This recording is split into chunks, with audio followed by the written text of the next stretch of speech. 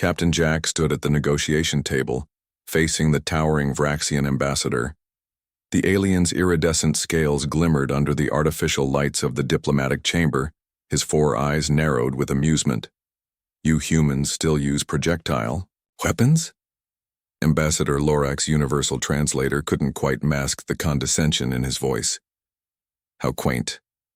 Jack maintained his composure. Humanity had only recently joined the Galactic Council, and the Vraxians, with their energy weapons and gravity manipulation technology, viewed Earth as little more than a primitive curiosity. "This is standard issue for our deep space operations," Jack replied, placing his sidearm on the table. The matte black pistol looked absurdly simple next to the sleek Vraxian weaponry.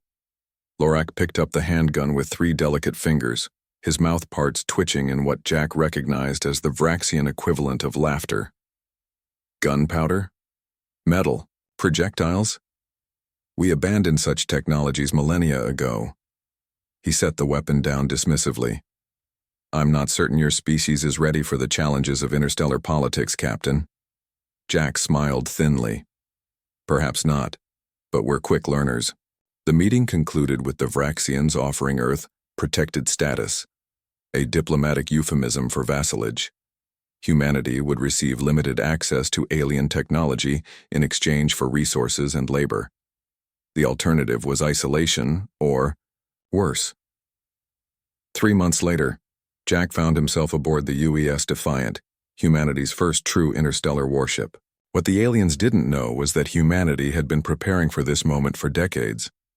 Long before first contact, Earth scientists had been developing technologies that would one day allow them to hold their own among the stars.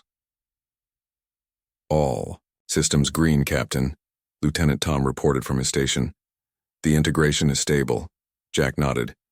"Engage stealth systems and proceed to the coordinates." The Defiant slipped through space undetected, approaching a remote Vraxian outpost that had been harassing human colonial ships. Intelligence indicated they were using the outpost to test new weapons, in violation of Galactic Council regulations. "We've been spotted," Tom announced suddenly. "Vraxian cruiser on intercept course." The cruiser dwarfed the Defiant, its weapons ports glowing with charged energy. "This is Commander Zekt of the Vraxian Defense Force," came the transmission. "Human vessel, you are trespassing in restricted space. Power down your systems and prepare to be boarded." Jack opened a channel. "Commander, this is Captain Jack of the UES Defiant. We're investigating reports of illegal weapons testing against civilian ships." "Your accusations are baseless," Zekt replied, "and your presence here is an act of aggression. Stand down immediately or we will open fire." Jack knew that surrender meant the end of humanity's bid for independence. The Vraxians would use this incident to further restrict Earth's autonomy. Battle. "Stations," he ordered. "Prepare countermeasures." The Vraxian ship fired first, a beam of concentrated plasma streaking toward the Defiant. "Adaptive shields holding," Tom reported. "They're scanning us, trying to identify our technology." Another blast rocked the ship. "Shield integrity at 60%, Tom said. "Our conventional weapons won't penetrate their defenses." Jack nodded, grimly. "Deploy the evolvers." Throughout the ship, panels slid open, revealing what appeared to be ordinary human firearms, rifles, pistols, and a few larger mounted weapons. But these were no ordinary guns. "Evolver systems online," Tom confirmed as crew members took up their weapons. "Quantum interface active. Biosynthetic integration commencing." The weapons began to change. Nanomaterials flowed and restructured, absorbing data from the ship's sensors about Vraxian defenses. The rifles elongated, developed secondary barrels, sprouted appendages that interfaced directly with the user's nervous systems. The larger mounted weapons broke apart into swarms of smaller devices that hovered independently. Jack grabbed his sidearm, the same model he had shown Ambassador Lorak months ago. As he held it, the weapon pulsed with blue light growing warm in his hand. It began to transform, extending up his arm like living metal, forming an exoskeleton around his hand and forearm. "Sir, they're preparing another volley," Tom warned. "Fire, main batteries," Jack ordered.